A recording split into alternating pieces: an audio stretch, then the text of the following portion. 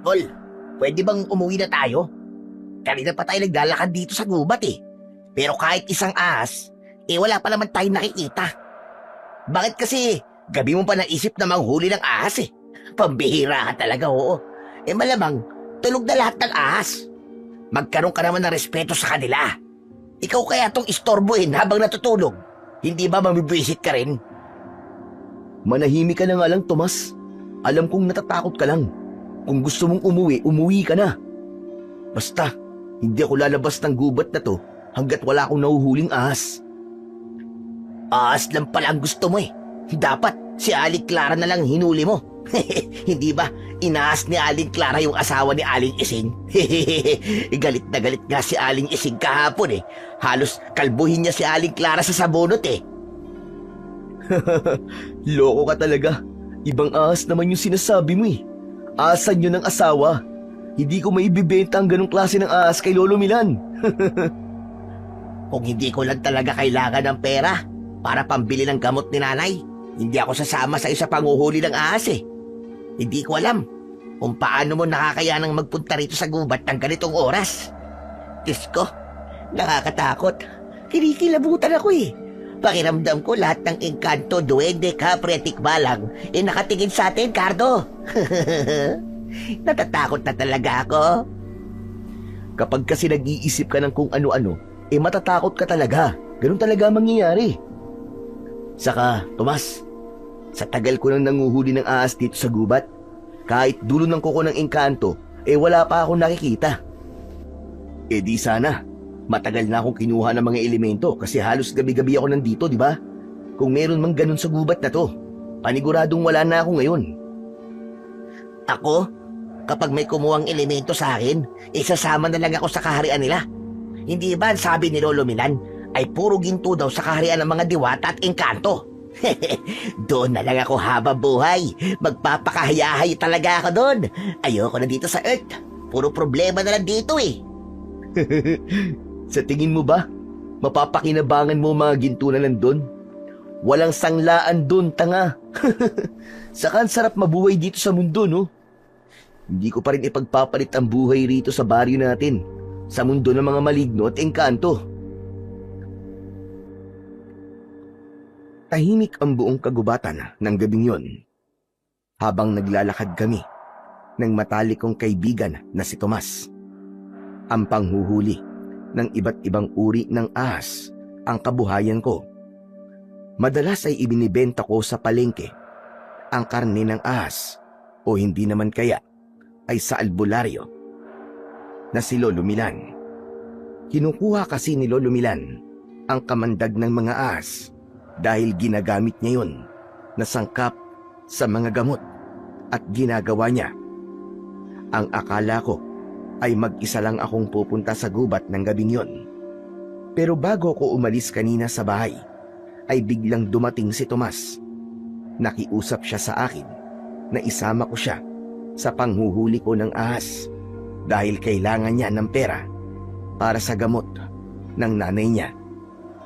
Siyempre, bilang isang mabuti at matulunging kaibigan, ay pumayag ako. Pero parang gusto ko nang magsisi na isinama ko pa si Tomas dahil masyado siyang matatakutin. Hindi tuloy ako makapag-concentrate sa paghahanap ng ahas nang dahil sa kanya. Sa gitna ng aming paglalakad ay humuni ang isang kwago. Nagulat ako nang biglang kumapit sa braso ko si Tomas na para siyang isang unggoy na naglalambitin sa baging. Cardo! Cardo, ano yun? Aswang ba yun? Parang huni yun ang manananggal ah. Ano ka ba naman? Bitiwan mo nga ako, Tomas. Ano bang manananggal ang pinagsasasabi mo? Sa dami ng puno sa gubat na to, sa tingin mo ba ay may manananggal na magtatangkang lumipad-lipad dito? Walang mangyayari sa kanya. Sasabit lang siya sa mga sanga ng puno. Kung hindi yun manananggal, ano yun? Naku po, baka tik-tik. Tolo, umuwi na talaga tayo. Baka dito pa tayo mamatay eh. Hindi tayo mamamatay. Sa gutom tayo mamamatay kapag umuwi tayo walang huling ahas. Saka sige, uuwi tayo. pero wala kang pambili ng gamot ng nanay mo. Ano, gusto mo ba yun, ha? Wago lang yun, Tomas. Wago lang. Pambira ka. Baka nga sa'yo pa yun matakot kapag nakita ka eh. Aakalain niya na isa kang aswang. Wow! Grabe kung makapaglait ha. Eh di ikaw na ang gwapo. Bakit? Gwapo naman talaga ako ah. Saka pwede ba? Tumahimik ka na, ang ingay-ingay mo. Dahil sa'yo nabubulabog ang mga ahas eh, kaya hanggang ngayon, wala pa rin tayong nauhuli. Sa awa ng Diyos, ay tumahimik na si Tomas. Doon ko na itinuon ang aking atensyon sa paghahanap ng ahas. Isang butas sa ilalim ng malaking puno ang nakita ko. Inilabas ko ang isang pito na gawa sa kawayan. Ang pito na yon ay pamana pa sa akin ng namayapa kong ama. Kapag pinatunog ang pito na yon, ay lumalabas ang mga ahas sa kanilang pinagtataguan o lungga. Sa tatay ko natutunan ang lahat ng kaalaman ko sa panghuhuli ng mga ahas. Bata pa lang ako ay isinasama niya na ako kapag nanguhuli siya ng ahas. Kaya naman, masasabi ko na naging biyasa ako sa ganung gawain nang dahil sa aking ama.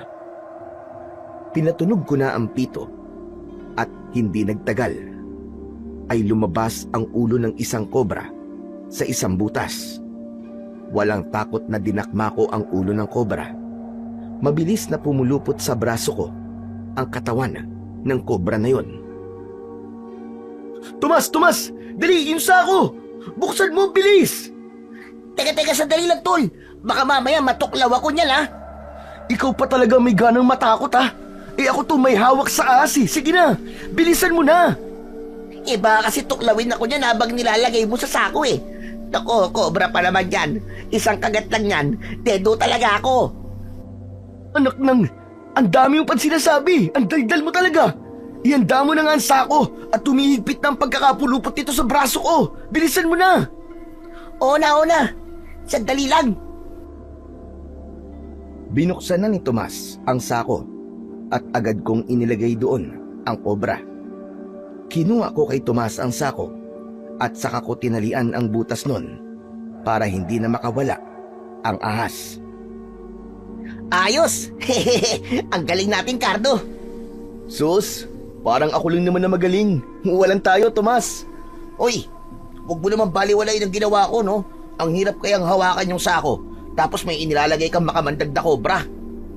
Oo na. Ang dami mo naman kagad sinasabi. Umalis na tayo dito para maging pera na to. Nauna na akong maglakad kay Tomas habang bitbit ko ang sako. Hindi nagtagal ay nakalabas na kami ng gubat. Dumiretso kami sa kubo ni Lolo Milan. Ako ang kumatok sa pinto at hindi nagtagal ay bumukas yun. Bumungad sa amin ang isang matandang lalaki na medyo may kaliitan at puro puti na ang buhok. Pupungas-pungas siya habang kinukusot ang isang mata. Magandang gabi po, Lolo Milan. Anong magandang gabi? Ha? Hindi mo ba alam na madaling araw na? Ha? Ay, ganun po ba? Eh di magandang madaling araw po pala. Ano't nangaabala ka ng natutulog ng ganitong oras? May ibibenta po kasi ako sa inyong kobre. Bagong huli po namin to sa gubat ni Tomas. Ang panagsimulang manghuli ng ahas niyang si Tomas, eh hindi ba takot yan sa bulate? Grabe naman po kayo sa akin, Lolo Milan. Minsan, hindi ko rin talaga gusto tabas ng dila nyo, no? Uy, tumigil ka na nga. Mamaya hindi pa bilhin tong kobra na to eh. Nagsasabi lang naman ako ng totoo, kaya huwag kang masaktan, Tomas. Tsaka di ba ang sabi ko, kapag madaling araw na, ay sa umaga mo na ako dalhan dito ng ahas. Mangyaring kailangan na po kasi talaga ng pera nitong si Tomas eh. Kaya nga po kahit takot siya sa bulate, sumama siya sa akin sa panguhuli po ng ahas sa gubat. Mukhang malaki ang pangangailangan nitong si Tomas para sumama sa iyo sa gubat. Wala na po kasing gamot si nanay. Kailangan ko na po agad makabili bukas ng umaga. Aba, bakit kasi ayaw mong ipagamot ang nanay mo sa akin? Malay mo, mapagaling ko siya. Mas gusto po kasi ni nanay sa doktor magpagamot eh. Wala naman po akong magagawa kung yun po ang gusto niya. O siya, sige na. Akin na nga yung ahas. Anong ahas nga pala yan? Cobra po ito, Lolo Milan. Medyo mahaba. Siguro po kalahating dipa ko po. Pagkatapos nun, inabot ko kay Lolo Milan ang sako at tinansya niya ang bigat noon. Dinala niya ang sako sa loob ng kubo niya at nang balikan niya kami ni Tomas, ay inabutan niya ako ng pera na agad ko namang kinuha. Oh, heto na ang pera. 600 piso yan. Dinagdagan ko na at tulong ko na rin dyan kay Tomas para malaki-laki ang hatian yung dalawa. Nako, salamat po. Napakabait niyo po talaga, Lolo Milan. Huwag sana muna kayong mamamatay. Walang hiya ka naman sa panalangin mo. Pero gusto ko yan. At baka mamaya humaba pa talaga ang buhay ko. Sige na, umalis na kayo at babalik pa ako sa pagtulog ko. Maraming salamat po, Lolo Milan. Sa susunod po ulit. Matapos isarado ni Lolo Milan ang pinto, ay naglakad na kami ni Tomas. Sandali kaming huminto at inabot ko sa kanya ang parte niya sa napagbentahan namin. Bakit 400 ito, Tol? Hindi ba dapat 300 lang kasi hati tayo? Ayos na yan. Mas kailangan mo ng pera ngayon kaysa sa akin. Baka kasi sa gamot lang mapunta ang kinita mo ngayon kung 300 lang ang ibibigay ko sa'yo. Hanip, yan ang kaibigan ko. Napakabait mo talaga, Tol. Pero ayos na nga sa akin kahit 200 lang eh. Ikaw naman talagang nakahuli ng kobre. Ang ginawa ko lang naman ay ang buksan yung sako. Di akin na yung 200. Ayos na pala sa'yo ang 200 lang eh. Kukunin ko na sana ang pera kay Tomas, pero mabilis niya yung inilayo sa akin. Oy! Joke lang naman yun. Ikaw naman, di ka na mabiro. Basta maraming salamat, Tol, ha? Napakabuti mo talagang kaibigan. Kita mo na? Ang dami mo pang sinabi. Ayaw mo naman palang bawasan ko yung pera mo. O basta, Tol, ibili mo yan ng gamot ng nanay mo, ha? Oo naman. Mamayang umaga bibili na kagad ako ng gamot ni nanay doon sa bayan. O paano, Tol? Uwi na ako. Umuwi ka na rin, ha? Para makapagpahinga na tayo. Tol, maraming salamat ulit. The best ka. Tinapik ni Tomas ang balikat ko bago siya naglakad pauwi sa bahay nila. Napangiti ako habang sinusundan ng tingin ang papalayong si Tomas. Kahit mas malaki ang parte ni Tomas sa kinita namin, ay magaan ang kalooban ko. Masaya ako na nakatulong ako sa aking kaibigan. Alam ko kasi na mas kailangan ni Tomas ang pera kaysa sa akin. Hindi nagtagal ay naglakad na ako pauwi. Nasa dulong bahagi ng aming baryo ang bahay ko. Pagpasok ko roon ay sumalubong sa akin ang nakakabinging katahimikan. May lungkot na bumalot sa akin nang pumasok sa utak ko na wala nang sumasalubong sa akin sa tuwing umuuwi ako sa aking tahanan. Halos 2 taon na ang nakakalipas simula nang namatay ang tatay ko. Namatay siya sa gubat kung saan ako nanguhuli ng ahas. Magkasama kami ni tatay na nagpunta sa gubat para manghuli ng ahas. Gabi nang mangyari yon, nagdesisyon si tatay na maghiwalay kami. Hanggang sa buong gabi kong hindi nakita ang tatay ko. Akala ko ay naligaw lang siya, pero kinaumagahan ay natagpuan ko ang bangkay niya. Wakwak ang tiyan niya at puno siya ng kalmot at kagat. Kaya iniisip namin na inatake siya ng mababangis na hayop. Napakasakit para sa akin ng pangyayaring yon, lalo na't si tatay na lang ang kasama ko sa buhay. Sa unang taon ng pagkamatay niya ay nawalan ako ng ganang mabuhay. Pero napagtanto ko na hindi matutuwa si tatay kung ganun ang gagawin ko. Kaya nilakasan ko ang aking loob na ituloy ang buhay ko. Nang sumunod na gabi, habang naghahanda ako sa panghuhuli ng ahas sa gubat, ay muling dumating si Tomas. Aniya ay sasama ulit siya sa akin. Gusto na kasi niyang matutong manghuli ng ahas para mapagkakitaan din niya. Pumayag ako kahit maaaring maagawan ako ni Tomas ng trabaho. Para sa akin ay malaking bagay na matutulungan ko siya, lalo na't alam ko naman na kailangan ni Tomas ng pera para sa gamot ng nanay niya. Hanggang naglalakad kami sa gubat, ay sinabi ko kay Tomas ang mga dapat niyang malaman sa panghuhuli ng ahas. Salamat talaga, tol ha. Akala ko talaga hindi ka papayag na turuan ako ng trabaho mo na to eh. Wala yun. Ang mahalaga ay magtulungan tayo kasi magkaibigan tayo eh. Basta pag-igihan mo ito kung seryoso ka talaga. Saka hindi pwedeng mahina ang loob mo. Kapag nakakita ka ng ahas, huwag mo nang pakawalan, hulihin mo kaagad. Huwag kang matakot sa kamandag kasi nandiyan naman si Lolo Milan eh. Marami siyang gamot sa kamandag ng kahit na anong ahas. Tandaan mo, kapag nakagat ka ng ahas, ay tandaan mong mabuti ang itsura niya para nang sa ganun mabigyan ka ni Lolo Milan ng tamang pangontra sa kamandag. Nagpatuloy kami sa paghahanap ng ahas sa gubat. Nang makakita ko ng sawa na nasa sanga ng isang puno, ay ipinakita ko kay Tomas ang tamang paraan ng panghuhuli. Nang mailagay ko sa sako ang sawa, na halos kasing taba ng braso ko ang taba, ay labis na humanga si Tomas. Grabe ka talaga, tol. Imba ka. Sobrang galing mo talagang manghuli ng ahas. Para kang dumadakma ng uod lang eh. Hindi ka ba natatakot sa tuwing ginagawa mo yun? Hindi na, Tomas. Sanay na ako eh. Saka kapag kinakabahan at natatakot ka, hindi mo mahuhuli ang dapat mong hulihin. Kaya dapat alisin mo ang takot at kaba mo. Sige.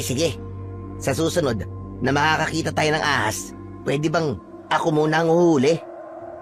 Bakit? Kaya mo na ba? Oo naman, kayang-kaya ko no. Pinanood ko kasi ng maigi yung ginagawa mo eh. Huwag mong kakalimutan, sa ulo palagi ang unang hawak para hindi ka matuklaw. Kapag sa katawan o buntot mo kasi unang hinawakan, sigurado tutuklawin ka ng ahas. Ay nako, hindi mo na kailangang ipaalala pa sa akin yan. Ipapakita ko sa'yo kung gaano ko kabilis matuto. Watch me! Nagpatuloy kami ni Tomas sa paglalakad sa gubat upang maghanap ng ahas. Sa tuwing may makakapal na halamanan sa daan, ay hinahawi ko yun gamit ang dala kong itak. Makalipas ang ilang sandali, ay may nakita kong buntot ng ahas na nakalabas sa makapal na halaman. Medyo mataba ang buntot, kaya alam ko na malaking ahas yun. Tinapik ko sa braso si Tomas. Tomas, nakikita mo ba yung buntot ng ahas? Hindi ba ang sabi mo ay ikaw ang uhuli ng sunod na ahas na makikita natin? Diyos ko po, ang taba naman ng buntot ng ahas na yon, Cardo. Pwede bang sa susunod na ahas talaga ko? Pas muna dyan. Parang sobrang laki naman yata dyan. Hindi pa yan kaya ng powers ko. Ano ka ba, Tomas? Hindi ba ang sabi ko sa'yo alisin mo ang takot at kaba mo? Paano ka matututo ng trabaho kung sa malaking ahas takot ka? Pero baka lunukin ako ng buo niyan eh. Huwag kang mag-isip ng negatibo, Tomas. Saka nandito naman ako. Magkasama tayo. Sa tingin mo ba, papayag akong kainin ka ng ahas na yan? Kaya sige na, hulihin mo na yan. Mukhang sawa lang yan. Pwede mo yung ibenta sa palengke kada kilo. Tiba-tiba ka dyan, tol. Talaga? Totoo ba yan sinasabi mo? Oo nga. Kailan ba ako nagsinungaling sa'yo, ha? Kapag naibenta mo yan, baka sure na ang gamot ng nanay mo ng 2 buwan. Okay, sige. Laban. Para sa gamot ng nanay ko. Bilisan mo na at baka mamaya makaalis pa yung sawa. Basta magdahan-dahan ka lang, ha? Tumango si Tomas habang bakas sa mukha niya ang takot. Marahang naglakad si Tomas palapit sa buntot ng ahas na bahagyang gumagalaw. Nakaabang lang ako upang kapag kinailangan ni Tomas ng tulong ay malalapitan ko kagad siya. Pero habang wala pang nangyayari ay hinayaan ko muna siya upang matutunan niya ang panghuhuli ng ahas. Nang nasa tabi na ng buntot ng ahas si Tomas, ay dinakma niya ng dalawa niyang kamay ang buntot nito. Nagsimulang pumiglas ang buntot, pero hindi yung binitiwan ni Tomas. Natampal ko ang aking noo dahil sa ginawa niya. Tol! Tol, ang lakas ng ahas na to! Tol, nalalaban siya! Naku ka!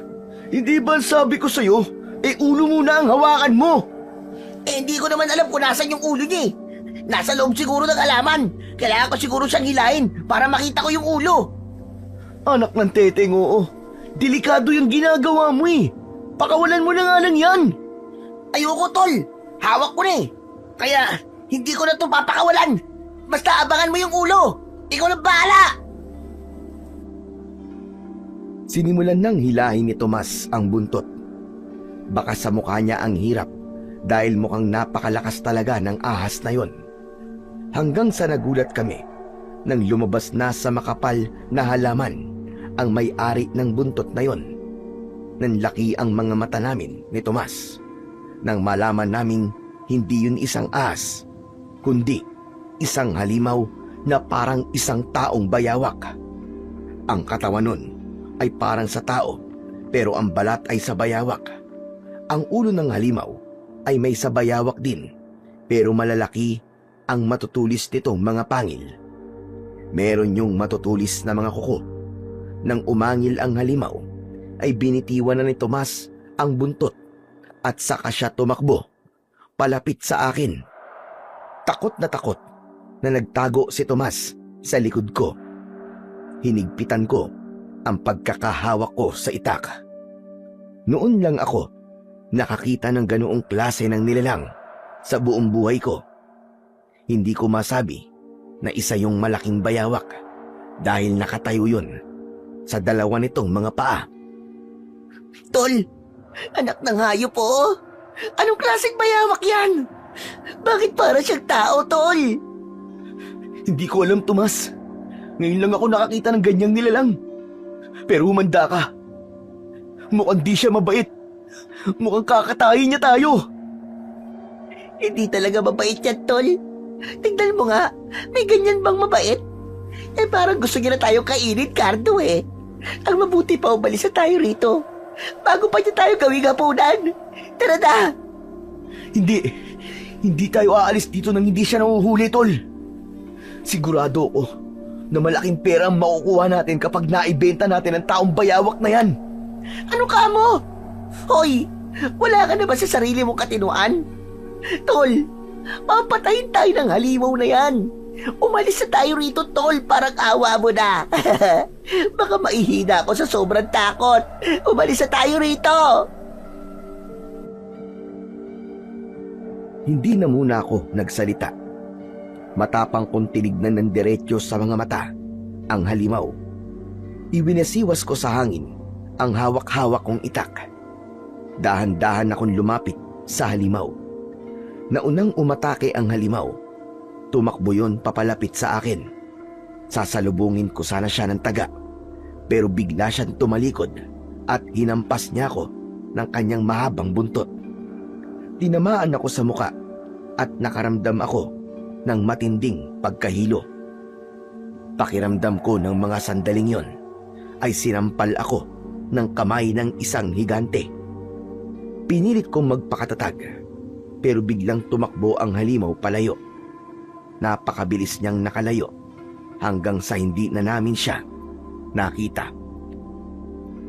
Susundan ko sana ang halimaw, pero mabilis na hinawakan ni Tomas ang braso ko. Ano ka ba, Cardo? Huwag mo na sundan yung halimaw. Pambihira ka naman, oh. Tignan mo nga nangyari sa'yo. Ang laki ng pasa mo sa mukha ko.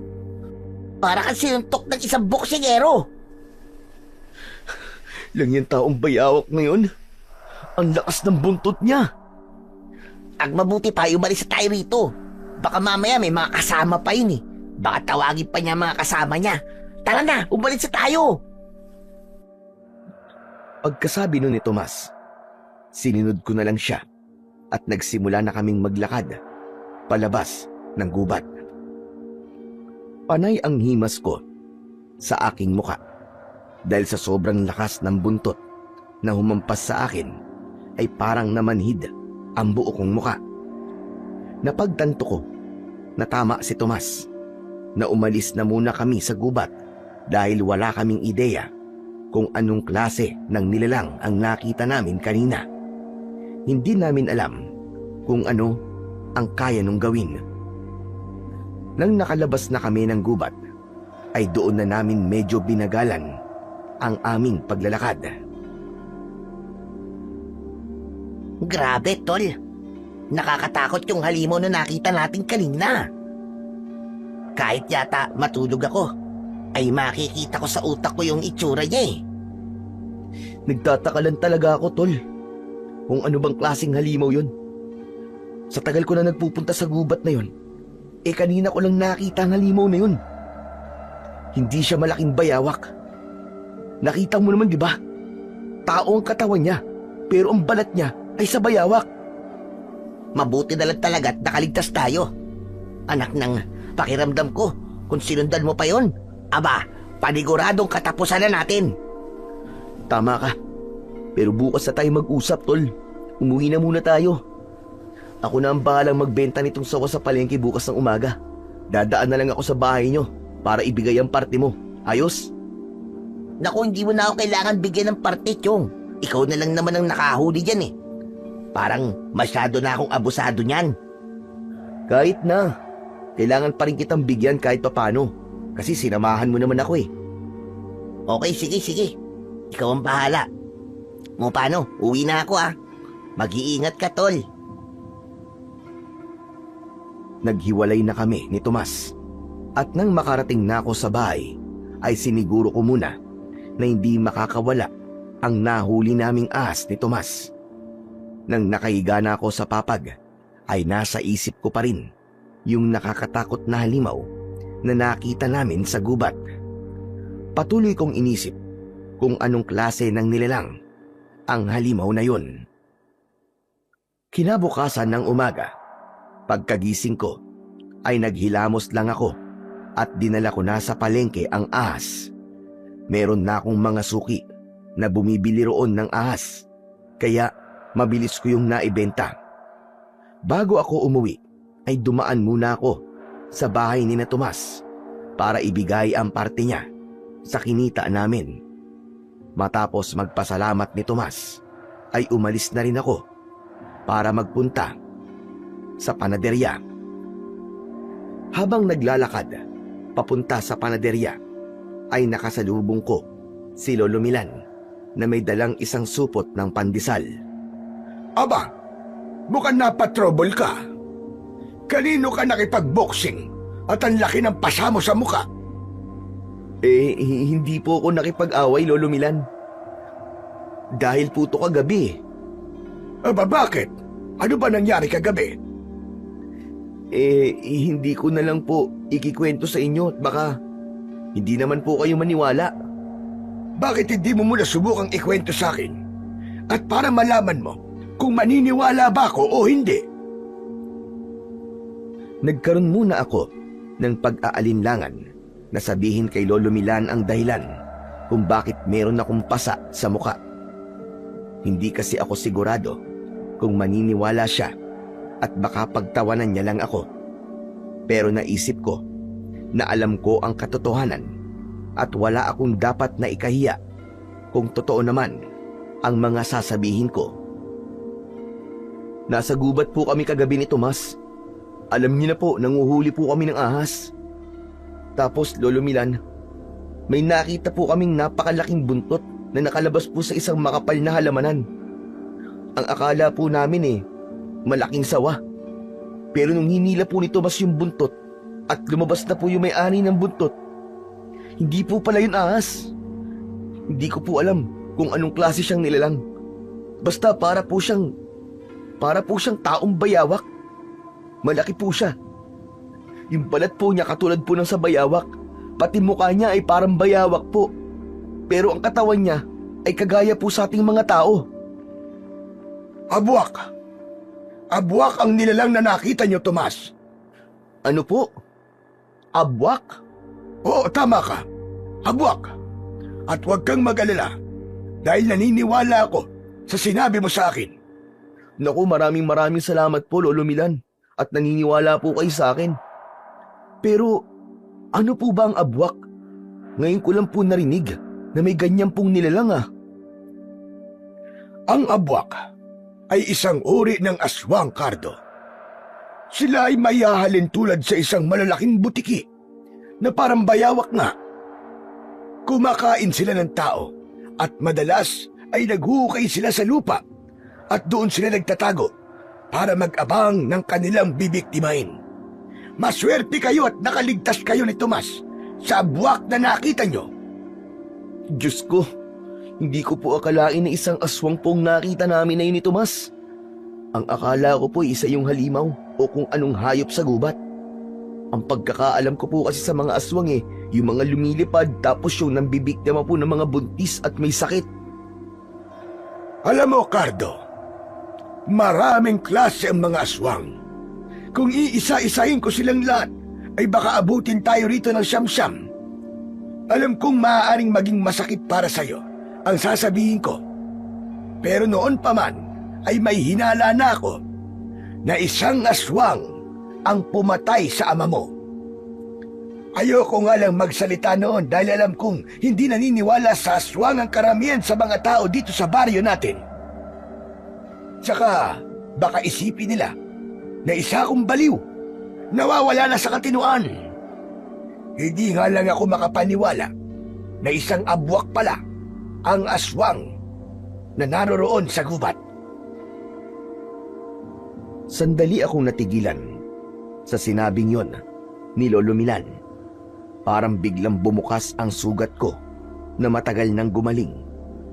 Bumalik sa alaala ko ang itsura ng bangkay ng tatay ko nang nakita ko siya sa loob ng gubat. Nanginig ang katawan ko at nangilid ang aking luha. Cardo, pasensya ka na sa sinabi ko. Kalimutan mo na lamang yon. Hindi rin naman ako sigurado sa bagay na yon dahil pwede ring mabangis na hayop talaga ang dahilan ng pagkasawi ng tatay mo. Hindi ko intensyon na gawin kang malungkot ngayong araw. Pero may punto po ang sinabi niyo Maaaring noon pa man ay may adbok na sa gubat at hindi natin yun alam. Malaki talaga ang posibilidad na abwak po ang pumatay kay tatay. Grabe sa itsura po ng halimaw na yon. Hindi malabong kayang-kaya niyang pumatay ng isang tao sa napakabrutal na paraan. Lolo Milan, alam mo ba kung paano patayin ng isang abwak? Hay nako, ito na nga ba't sinasabi ko? Dapat ay hindi ko na yun sinabi sa iyo. Bakit ba hindi ko naisip na magkakaroon ka ng kagustuhan na patayin ang abwak? Hindi po ba yun ang tama akong gawin? Ang ipaghiganti ang pagkamatay ni tatay? Hindi po ba dapat mabigyan ng hustisya ang nangyari sa tatay ko? Hindi mo ko naiintindihan. Para sa iyong kaalaman, mabangis na klase ang aswang na mga abwak.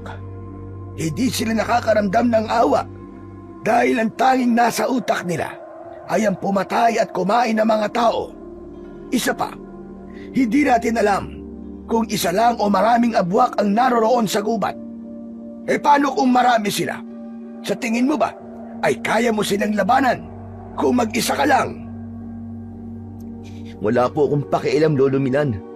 Kahit isa o 100 ng abwak na kailangan kong labanan at harapin. Ang gusto ko po ay ang mabigyan po ng hustisya ang nangyari sa tatay ko. Kung kayo po nasa posisyon ko, sigurado po ako na parehas po tayo ng gagawin. Tama ka naman, Cardo.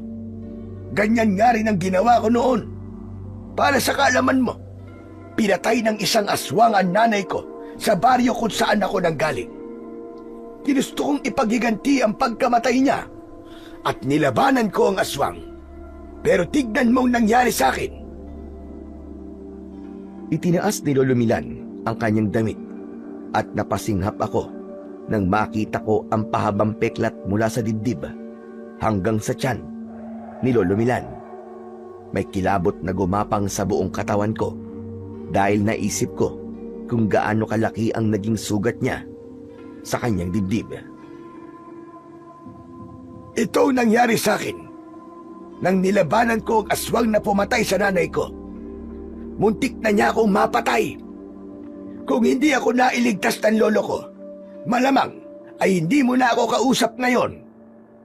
At wala rin akong maibibigay sa iyo na payo o paraan para patahin ang abwak dahil wala akong kasanayan pagdating sa pakikipaglaban sa mga aswang, lalo na sa abwak. Isa lamang akong manggagamot. Kaya kung ayaw mo matulad sa nangyari sa akin, ay huwag mo nang subukang labanan ang mga abwak. Matapos yung sabihin ni Lolo Milan, ay iniwanan niya na ako. Nanatili ako sa aking kinatatayuan kahit mag-isa na lang ako roon. Hindi ako makapaniwala na namatayan din pala si Lolo Milan ng mahal sa buhay nang dahil sa isang aswang. Nang sandaling yon, ay nagkaroon ako ng pagdadalawang isip kung dapat ko bang harapin at patayin yung abwak sa gubat o hayaan ko na lamang ang Diyos na magbigay ng parusa sa lahat ng abwak. Pagkabili ko ng tinapay sa panaderya, ay umuwi na ako sa bahay. Nakita ko si Tomas na nasa labas at halatang hinihintay ako. Uy, tamang-tama pala punta ko rito. Ayos. Mag-aalmusal ka pa lang. Hindi pa kasi ako nag-aalmusal eh. Sus, alam mo lang talaga ang oras ng pagkain ko. Sige na, tara na sa loob at saluhan mo na ako sa almusal. Umasok kami ni Tomas sa bahay ko. Nagtimpla ko ng kape para sa aming dalawa at nagsimula na kaming kumain. Ano palang naisip mo at nagpunta ka rito?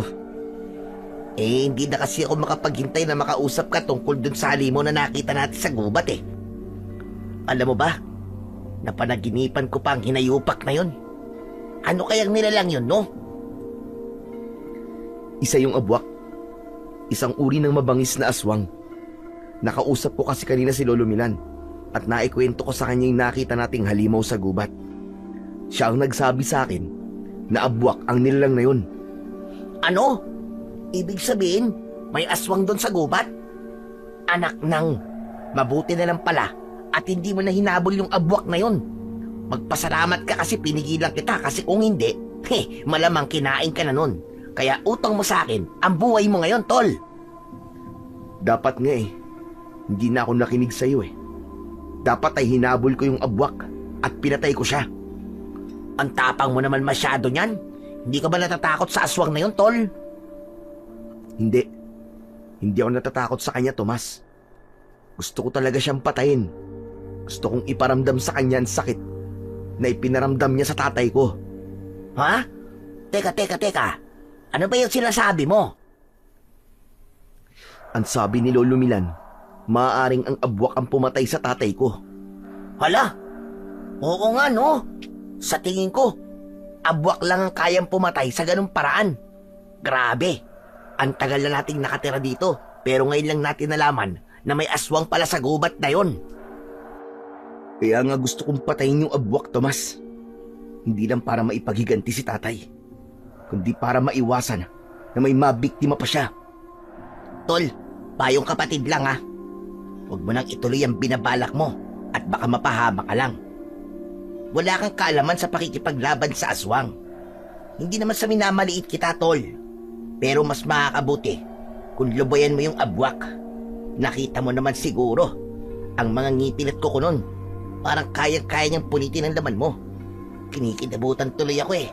Saka mas maganda rin kung tumigil ka na sa panguhuli ng ahas sa gubat. Maghanap ka na lang ng ibang trabaho. Ang totoo niyan eh. Bukas nga, mag-a-apply ako ng trabaho doon sa bayan. Sumama ka na lang kaya sa akin. Ayoko, Tomas. Hindi ko pwedeng palampasin ang pagkakataon na mabibigyan ko na ng hustisya ang nangyari sa tatay ko. Gagawin ko ang lahat para mapatay ang abwak na yun. At kung hindi siya nag-iisa at marami sila, uubusin ko silang lahat, Tol, para masiguro ko na mapapatay ko kung sino man ang abwak na pumatay kay tatay. Naiintindihan naman kita, Tol, kung bakit gusto mong gawin yan. Pero isipin mo rin naman ang pwede mangyari sa'yo. Huwag ka magpadala sa galit mo, Tol. Kasi yan ang magpapahamak sa'yo.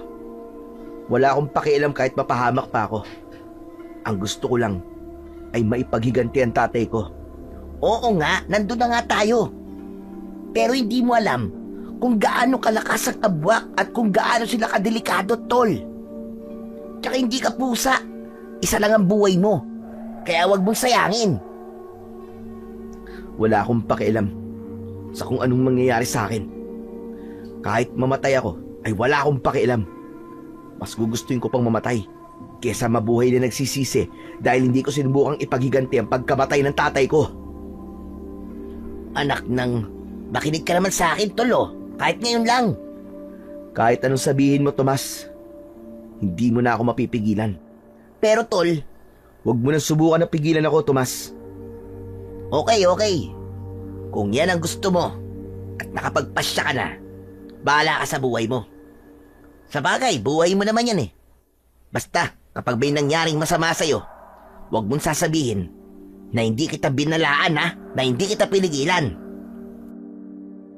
Hindi lang ako nagsalita pa at itinuon ko ang aking atensyon sa pagkain.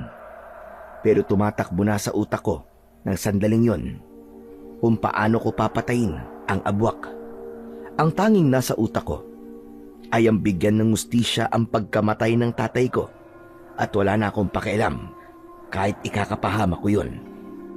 Masakit sa akin na walang nananagot sa nangyari sa tatay ko dahil inisip naming lahat na mabangis na hayop lamang ang pumatay sa kanya. Kaya nang malaman kong isang aswang ang responsable sa pagkawala ni tatay, ay gusto ko na kagad kunin ang pagkakataon na yon para mawala na ang bigat sa dibdib na matagal ko nang dinadala. Nang umalis na si Tomas, ay kinuha ko ang aking itak. Sinimulan ko yung hasain at patalimin.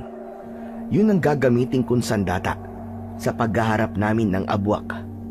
Nang masiguro ko na matalim na ang itak, ay saka ako nagsanay sa pakikipaglaban.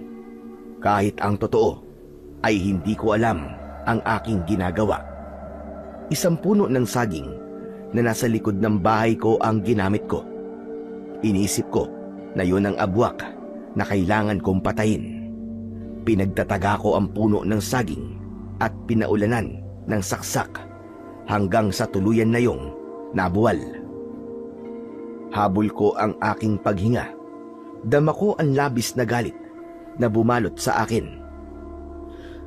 Wala nang atrasan ito.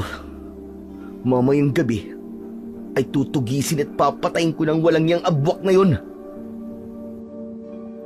Pagsapit ng dilim ay mag-isa akong nagtungo sa gubat, dala ang itak at lampara. Wala ako roon para manghuli ng ahas, gaya ng palagi kong ginagawa.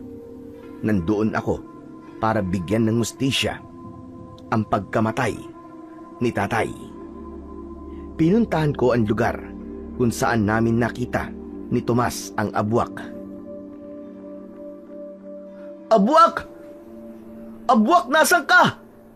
Magpakita ka sa akin at harapin mo ako! Hindi ako natatakot sa'yo! Magpakita ka! Katahimikan ang sumagot sa akin. Hindi ko naramdaman na nasa paligid ko ang abwak. Kaya naisipan kong suyurin ang loob ng gubat. Aminado ako na may takot akong nararamdaman ng mga sandaling yon. Pero mas matindi ang kagustuhan kong labanan at puksain ang abwak. Makalipas ang halos 1 oras, ay bigo pa rin akong makita ang aking hinahanap. Sandali akong huminto sa ilalim ng isang puno ng balete at luminga ako sa paligid. Nasaan na kaya ang abwak na yun? Alam niya kaya na paparating ako? Kaya naman nagtatago siya? Magpapatuloy na sana ako sa paglalakad nang may naramdaman akong gumagalaw sa itaas ng puno ng balete. Tumingala ako at bahagya kong itinaas ang lampara upang makita ko kung ano yung gumagalaw.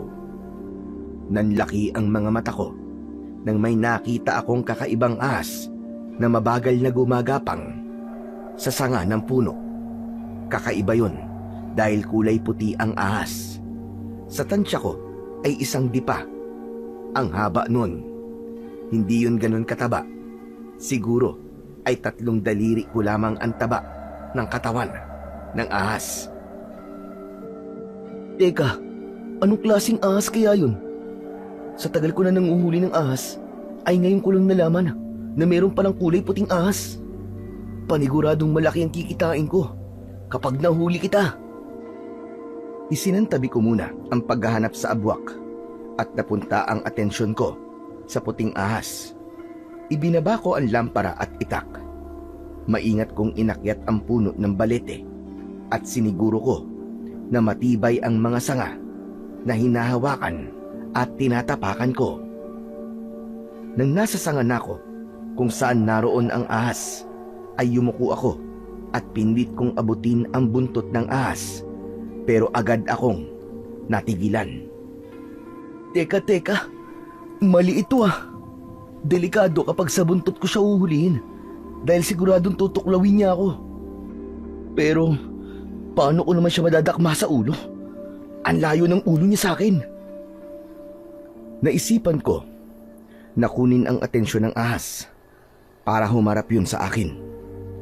Doon ko na hinawakan ang buntot ng ahas at mabilis yung pumihit paharap sa akin.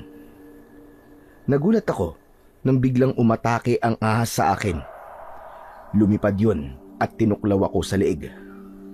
Naramdaman ko ang pagpasok ng kamandag sa katawan ko. Nataranta ako at nakabitaw ako sa pagkakahawak sa sanga na naging dahilan para mahulog ako.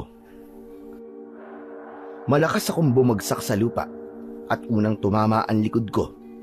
Tatayo sana ako pero hindi ko maigalaw ang kahit na anong parte ng katawan ko. Nakita ko ang puting ahas na nagliwanag at biglang nawala. Hindi ko na nagawang isipin kung paano yun nangyari dahil naramdaman ko ang labis na pananakit ng kagat ng ahas. Napakainit ng katawan ko na para akong tinutupok ng apoy. Gusto kong sumigaw pero kahit ang pagbuka ng bibig ko ay hindi ko magawa. Naisip ko na mamamatay na ako ng gabing iyon dahil baka makamandag na ahas ang kumagat sa akin. Hanggang sa naramdaman ko ang pagdaloy ng kamandag sa aking ugat. Naglalaway na ako at nanginginig ang katawan. Hindi nagtagal ay nagdilim ang paligid at tuluyan na akong nawalan ng malay. Ang buong akala ko ay yun na talaga ang aking katapusan. Kaya laking pasasalamat ko sa Diyos nang magising ako na nakahiga sa papag ng aking kubo. Umaga na ng oras na yon. Agad kong nakita ang kaibigan kong si Tomas na nakaupo habang natutulog sa isang sulok. Kinapa ko ang sugat ko sa leeg at nagtaka ko dahil wala na akong sakit na nararamdaman. Tomas! Hoy, Tomas! Tomas, gising! Oy, Cardo! Naku, Diyos ko, salamat naman at nagising ka na. Sandali lang, tatawagin ko lang si Lolo Milan. Nasa labas lang siya. Diyan ka lang, Cardo, sandali lang ha. Nagmamadaling tumakbo si Tomas palabas. Tumayo ako at humarap ako sa salaming nakasabit sa dingding. Tinignan ko ang tuklaw ng ahas sa leeg ko at mas lalo akong nagtaka dahil tuyo na kagad yun. Bakit parang ang bilis yatang gumaling ng sugat ko? Sandali, hindi kaya ilang araw na akong walang malay? Hindi nagtagal ay pumasok na si Lolo Milan at kasunod niya si Tomas. Kumusta ng pakiramdam mo, Cardo? Maayos na po, Lolo Milan. Wala naman na po masakit po sa akin. Ilang araw na po ba akong walang malay? Hindi araw, Cardo. Kundi oras pa lamang na wala kang malay. Magpasalamat ka sa akin, tol. Kasi sinundan kita kagabi. Alam ko kasi napupunta ka sa gubat para labanan yung abwak na sinasabi mo. Tapos yun, nakita kitang walang malay sa tabi ng puno ng balete. Tapos, may kagat ka ng ahas dyan sa leeg mo. Ako nagdala sa'yo rito sa bahay mo at tinawag ko kagad si Lolo Milan. Tama. Nakagat nga ako ng ahas. Umakyat ako doon sa puno ng balete para hulihin yung ahas at tinuklaw niya ako sa leeg kaya nahulog ako mula doon sa puno. Maraming salamat sa iyo, Tomas, ha. Lolo Milan, salamat din po. Ginamot niyo po ba ako? Gamit po ang mga gamot niyo? Ang ginamot ko lang sa iyo ay ang mga galos mo sa katawan. Pero kung ang tinutukoy mo ay yung tuklaw sa iyo ng ahas ay hindi pa. Hindi kasi kita pwedeng bigyan ng pangontra sa kamandag nang hindi ko alam kung anong klase ng ahas ang tumuklaw sa iyo. Isa pong puting ahas, Lolo Milan. Puting-puti po siya. At wala siyang ibang kulay kundi puti lang. Ano ka mo? Puting ahas? Wala pa yata akong nakikitang puting ahas. Pero wala ka bang nararamdamang kakaiba sa katawan mo? Wala naman po, Lolo Milan. Normal po ang lahat sa akin. Pero nung natuklaw po ako ng ahas, pakiramdam ko po, sinusunog po ang buong katawan ko.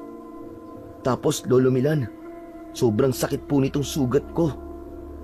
Pero, tignan niyo po, tuyo na po kagad ang sugat ko.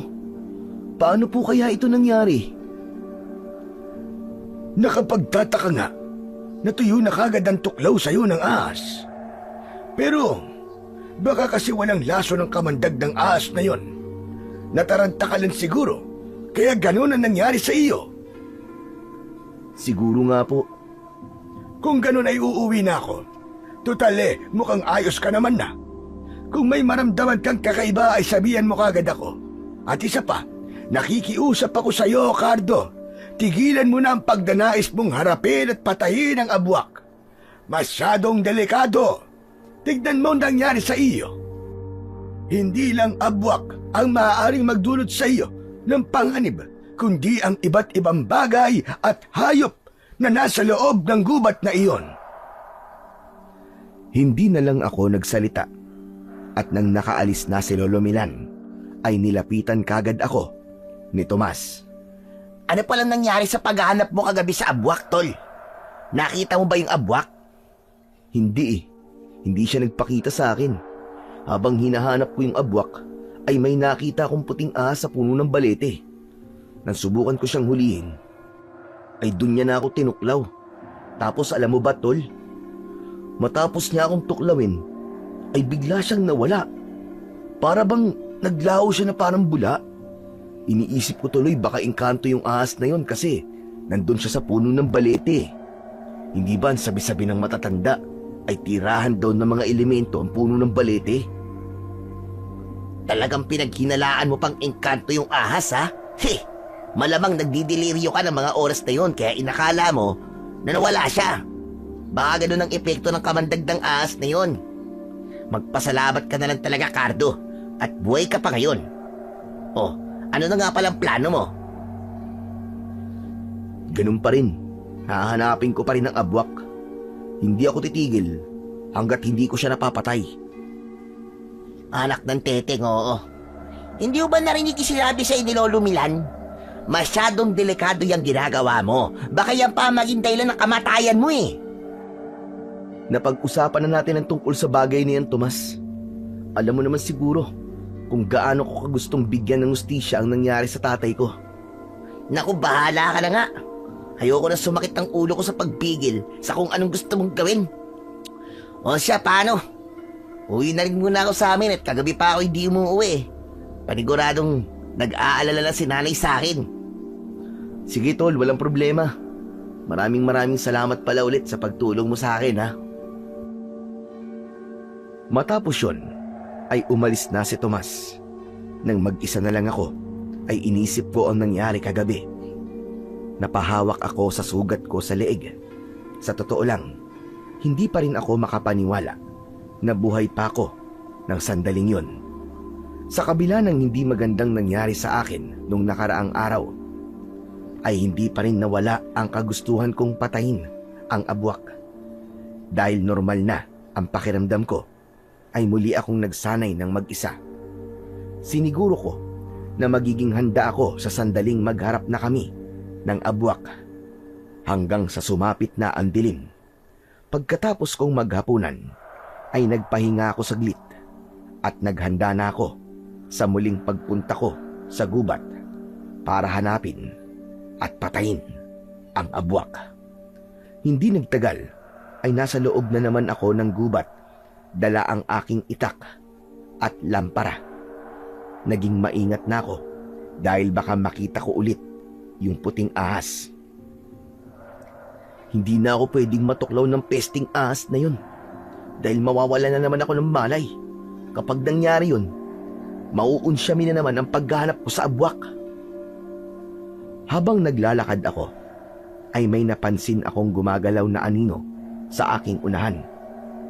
Bigla akong kinabahan kahit wala akong ideya kung sino o ano ang nagmamay-ari ng anino na yon.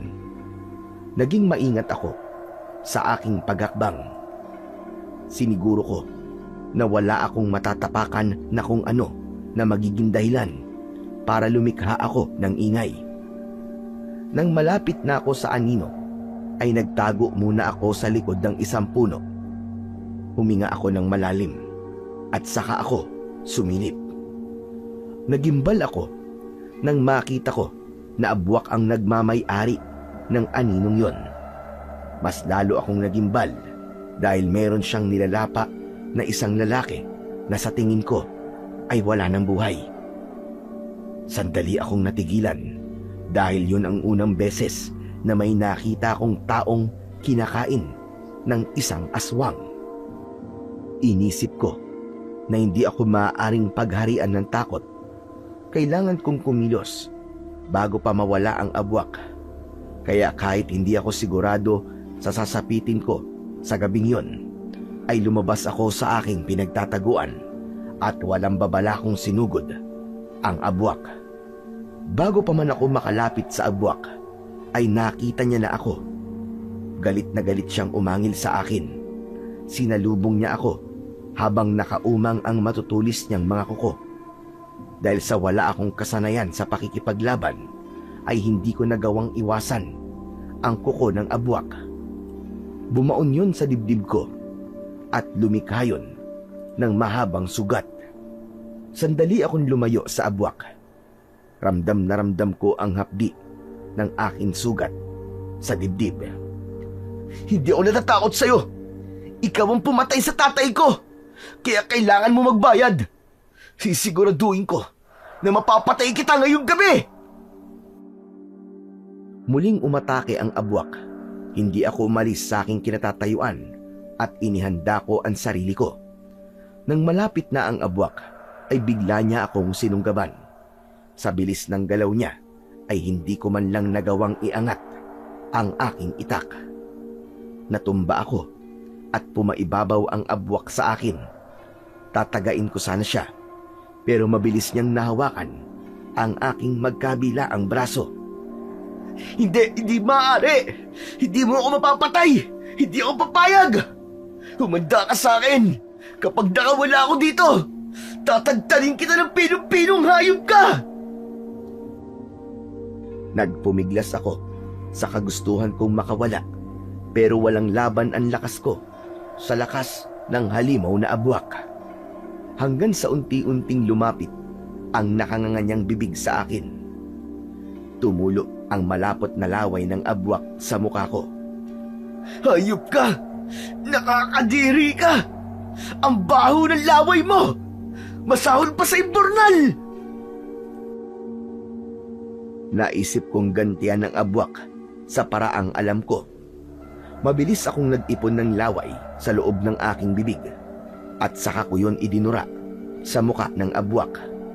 Tumama ang laway ko sa gilid ng pisngi ng abwak. Ngumisi ang abwak at nakakaloko nitong dinilaan ang laway ko gamit ang mahaba nitong dila. Napangiwi ako sa ginawa ng abwak. Ngunit nagtaka ko nang biglang tumirik ang mga mata ng abwak. Tumayo siya at naglakad, pero kapansin-pansin na nahihirapan siyang humakbang hanggang sa bumagsak siya at nangisay ang katawan niya habang bumubula ang bibig. Makalipas ang ilang segundo ay huminto na sa paggalaw ang abwak. May pag-aalinlangan ko siyang nilapitan. Sinipa ko ang tagiliran niya pero hindi na siya gumalaw. Yumukod ako at tinignan ko siya ng mabuti. Anak ng... Anong nangyari? Bakit bigla siyang namatay? Hindi kaya nalason siya sa laway ko? Nandilaan niya kasi yung laway ko ay bigla na lang siyang nangisay. Kung ganun, may lason ng laway ko. Pero, paano nangyari yun? Naguguluhan akong napaatras. Nagulat ako nang bumangga ang likod ko sa isang tao. Mabilis akong humarap at aatakihin ko sana ang taong yun gamit ang itak. Pero natigilan ako nang malaman na si Tomas yun. Tol! Teka, ako to! Huwag mo naman akong tatagain, pambihira ka, oo. Magkaibigan tayo. Kala ko kung sino. Tomas naman, nakakagulat ka. Bakit ka kasi bigla-bigla na lamang lumilitaw?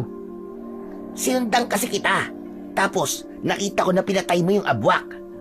Pwede bang ibaba mo na yung itak mo? Pambihira ka, kinikilabutan ako sa'yo eh. Ay, sorry. Pasensya ka na, tol. Akala ko kasi abwak ka eh.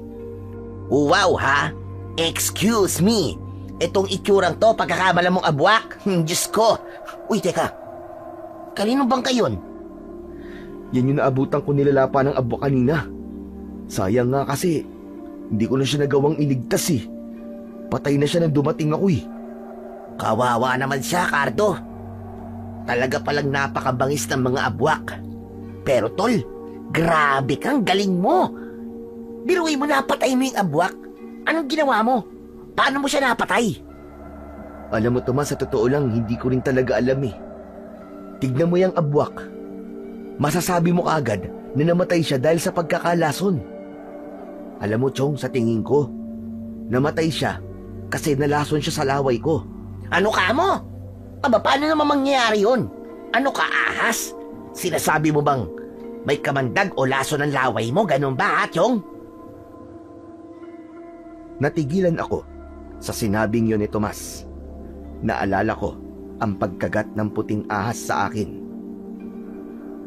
Tol, mukhang alam ko na kung bakit nagkaroon ng lason o kamandag ang laway ko. Sigurado ako, dahil dun sa puting ahas na tumuklaw sa akin. Siguro isa siyang engkanto o kung anumang elemento. Tapos nung tuklawin niya ako, ay nagkaroon ako ng kakaibang kakayahan o kaya ay kapangyarihan. Tapos, ang susunod na mangyayari sa'yo, lilipad ka na. Piling mo ba superhero ka na yan? Hoy, tol, napaka-imposible naman yung sinasabi mo, pambihira ka. Siguro, may ibang dahilan kung bakit namatay yung abwak na yan. Malay mo. Aba, may sakit pala siya sa puso. Tapos bigla siyang inatake. Ikaw talaga, puro ka namang kalokohan eh. Ako pa ang puro kalokohan sa mga sinasabi mong yan, ha? Ikaw to nagsasabi ng mga bagay na ang hirap paniwalaan. Alam kong mahirap paniwalaan, Tomas. Kahit ako naguguluhan din dahil ngayon ko lang to nadiskubre. Pero kailangan kong patunayan to sa'yo para maniwala ka. Sandali lang. Naglakad-lakad ako hanggang sa may nakita kong mga langgam sa isang puno. O ito, tignan mo, Tomas, ha? Duduraan ko ang mga langgam. Dinuraan ko nga ang mga langgam. Nang binalot ng laway ko ang mga langgam, ay namatay kagad sila. O ano, nakita mo na? Namatay kagad yung mga langgam, oh. May lason talaga ang laway ko, tol. Pero, pwede rin namang namatay sila kasi nalulod sila sa laway mo. Ano kaya kung sa'yo ko subukan? Ngumanga ka tapos duduraan kita sa loob ng bibig mo. Iyak, kadiri ka naman, tol. Ang balahura mo naman. Ay, sa bagay. Hindi ko pwedeng gawin yun sa'yo kasi mamamatay ka panigurado. Diyos ko, ano po ba nangyayari sa kaibigan ko? Nakapatay lang siya ng abwak para na po siyang nababaliw. Uy, ano ka ba? Hindi ako nababaliw, Tomas, no? Sige nga, paano may papaliwanag na bigla na lang namatay yung abwak pagkatapos ng dilaan yung laway ko? Aba malay ko, basta nakita ko lang na sinunggabang ka ng aswang. Tapos nang tumayo siya ay para ba siyang nanghina. Tapos yun, bigla na siya namatay. Kaya nga dahil dinilaan niya ang laway ko na may lason o kumandag. Nako, oo na. Kung yan ang gusto mong paniwalaan ay bahala ka na sa buhay mo.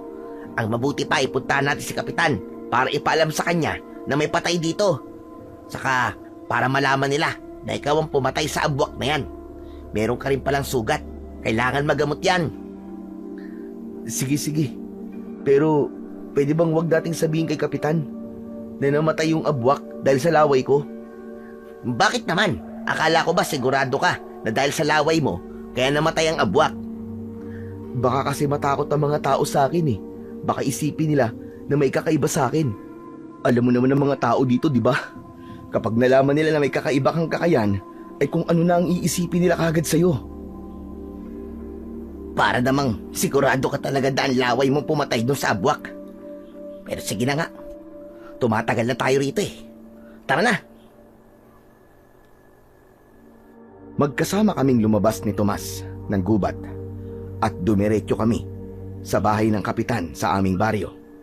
Ipinaalam namin kay kapitan ang nangyari at agad siyang nagpatawag ng mga tanod na sasama sa amin sa pagbalik sa gubat. Pagdating sa kinaroroonan ng bangkay at ng abwak ay nagimbal sina kapitan at ang mga tanod sa kanilang nakita. Hindi sila makapaniwala, lalo na sa abwak na walang buhay. Ako ang nagpaliwanag kina kapitan kung ano ang abwak base sa sinabi sa akin ni Lolo Milan. Nalaman din namin na ang naging biktima ng abwak ay nakatira pala sa ibang baryo. Kinabukasan ay mabilis na kumalat sa baryo namin ang pangyayaring yon. Marami ang hindi makapaniwala na may aswang pala na nagtatago sa gubat sa baryo namin. May ilan din na humanga sa akin dahil nagawa kong patayin ang abwak. Pero sa kabila ng lahat, patuloy pa rin akong nagtataka kung tama ba ang hinala ko na ang laway ko ang dahilan kung bakit namatay ang abwak. Isang umaga, bumisita si Lolo Milan sa bahay ko habang nagsisibak ako ng kahoy. Nakarating na sa akin na nakapatay ka raw ng abwak. Totoo po yun, Lolo. Napakasaya ko po kasi sa wakas ay naipaghiganti ko po ang nangyari sa tatay ko. Magaan na po ang pakiramdam ko ngayon dahil alam kong nakuha na po ni tatay ang hustisya na nararapat po para sa kanya. Masaya rin ako na nagtagumpay ka sa gusto mong mangyari, Cardo. Pasensya ka na kung pinigilan kita nung una. Nag-alala lang talaga ako sa pwedeng mangyari sa iyo. Pero pinahanga mo ko. Sa totoo lang, Cardo, hindi ko akalain na magagawa mong patayin ang abwak. Gusto ko sanang malaman kung paano mo yun nagawa. Lolo Milan, hindi ko po alam kung maniniwala po kayo sa akin Pero sa tingin ko po, ay namatay yung abwak dahil sa laway ko. Dinuraan ko po kasi siya sa muka, tapos dinilaan niya po yung laway ko. Pagkatapos po nun, para po bang nalason siya? Sandali, tama ba narinig ko? Nalason sa laway mo yung abwak? Yun nga pong nakita ko. Pero hindi po ako sigurado, Lolo Milan. Pero kung totoo yan sinabi mo, paano namang nalason ang abwak sa laway mo? Anong meron sa laway mo? Ang hinala ko po kasi ay may kinalaman po yung puting ahas na kumagat sa akin. Sa tingin ko po, Lolo Milan, may wagang ahas yun. Baka po engkanto yun o kung anong elemento. Baka po nang kagatin niya ako ay may naipasya sa akin na kapangyarihan. Siguro po, nakuha ko po ang isa sa mga kakayahan ng ahas at yun po yung pagkakaroon ng makamandag na laway. Sandaling natahimik si Lolo Milan. Alam kong pinag-iisipan niya ang mga sinabi ko. Kung totoo yan sinabi mo, ibig sabihin ay maaari mong magamit ang kakayahan mo na yan para makipaglaban sa iba pang mga aswang. Wala na po akong balak makipaglaban pa sa mga aswang, Lolo Milan. Okay na po ako na napatay ko po yung abwak na pumatay po sa tatay ko. Hindi natin alam kung ilan ang abwak na nasa gubat o kung ano pang mga aswang ang naroon. Pero ang importante sa ngayon ay nagawa mo ng ipaghiganti ang tatay mo. At sana, masiguro mo kung totoo nga ba ang kakayahan mo na yan. Tumango ako kay Lolo Milan. Matapos ang aming pag-uusap ay nagpaalam na siya sa akin. Nang mag-isa na ulit ako, ay nag-isip ako ng paraan kung paano ko mapapatunayan kung totoo nga bang may kamandag ang aking laway. Nasa gitna ako ng pag-iisip nang si Tomas naman ang dumating. May dala siyang sako na wala kong ideya kung ano ang laman. Ipinakita sa akin ni Tomas ang laman ng sako at nagulat ako nang malaman na meron doon 2 itim na daga. Oh, bakit may mga dala kang daga? Pambihira ka! Huwag mo sabihin na daga na ang mga hinuhuli mo ngayon kasi takot ka sa ahas, tol. Walang bibili niyan sa'yo. Peste ang mga yan eh. Ano ka ba lamang, Cardo? Ito ang gagamitin natin para malaman natin kung totoo nga na may kamantagang laway mo. Hindi ko gusto yung naiisip mo, ha? Alam kong gusto mong duruan ko yung mga daga. Nakakaawa naman ng mga yan. May buhay din ang 2 yan, tol. Ano ka ba naman? Talagang nakukonsensya ka pa? Nakapatay ka na nga ng abwak? Dapat lang naman kasi sa mga abwak yun eh. Kasi, taong pinapatay nila. Pero wisyo tong mga daga sa bahay namin kaya hinuli ko. Galit na galit si nanay sa mga to kasi nga, ninangat-ngat ng mga ito ang damit namin. Kaya sige na, tol. Duraan mo na tong mga daga para malaman natin kung totoo nga yung kapangyarihan mo. Sige na nga, para matahimik ka na, saka para mapatunayan ko na tama nga sinasabi ko sa'yo kung bakit nagawa kong patayin yung abwak. Sinilip ko ang 2 daga na nasa sako. May konting konsensya akong naramdaman dahil wala naman silang ginawang masama sa akin para patayin ko sila. Pero alam kong yun ang isa sa mga paraan para malaman ko kung totoo nga ba ang sinasabi ko kay Tomas na may kamandag ang laway ko. Nag-ipon ako ng laway sa loob ng bibig ko at malakas ko yung idinura sa mga daga. Nang lumapat sa mukha ng isang daga ang laway ko, ay agad siyang namatay. Ang isa naman ay dinilaan ang mukha ng namatay na daga at sunod yung namatay. Namamanghang nagkatinginan kami ni Tomas. Totoo nga, tol. Totoo nga. May kamandagang laway mo. Sabi ko naman kasi sa iyo, Tomas eh. Siguro naman naniniwala ka na sa akin ngayon. Ang hirap naman kasi talagang paniwalaan eh. Pero ngayon, naniniwala na talaga ako. Kung ganun, maaaring totoo rin ang sinabi mo na dahil sa puting ahas, kaya ka nagkaroon ng ganyang kakayahan. Yung puting ahas na yun lang talaga ang naiisip kong dahilan kung bakit ako nagkakaganito, Tomas. Simula kasi nung tuklawin niya ako, ay saka lang naman ako nagkaganito eh. Grabe, ang astig mo na, tol. Biruin mo, ikaw lang ang taong kilala ko na may kamandag ng ahas. Magagamit mo yan sa iba pang bagay. Ano kaya kung bumuo tayo ng palabas? Yung ikaw ang papanoorin ng mga tao tapos duduraan mo mga daga para makita ng mga tao na may kamandag ka. Nako, kikita tayo ng malaki kapag pumayag ka, Chong. Loko ka. Ginawa mo pa akong atraksyon sa perya. Pero seryoso na, Tomas. Alam ko na may dahilan kaya ako nagkaroon ng ganitong kakayahan. At yun ay upang ipaghiganti ang tatay ko.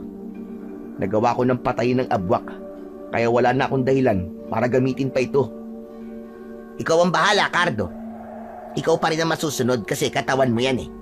Ako naman nagsasuggest lang ng pwede nating pagkakitaan. Kung ayaw mo, wala naman ako magagawa. Hindi kita pipilitin. Natawa ako sa ideyang yun ni Tomas. Ngunit sa loob-loob ko ay labis akong namangha dahil napatunayan ko na totoong may kamandagdang ahas ang aking laway.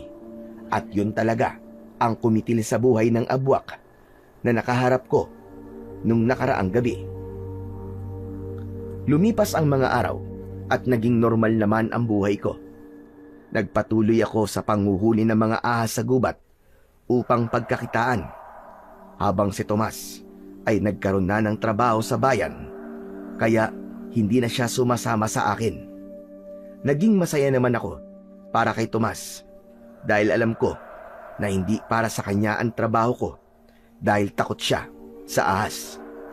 Hindi ko na rin ginamit pa ang kakaibang kakayahan ko dahil naniniwala ako na wala ng dahilan para gamitin ko pa yun.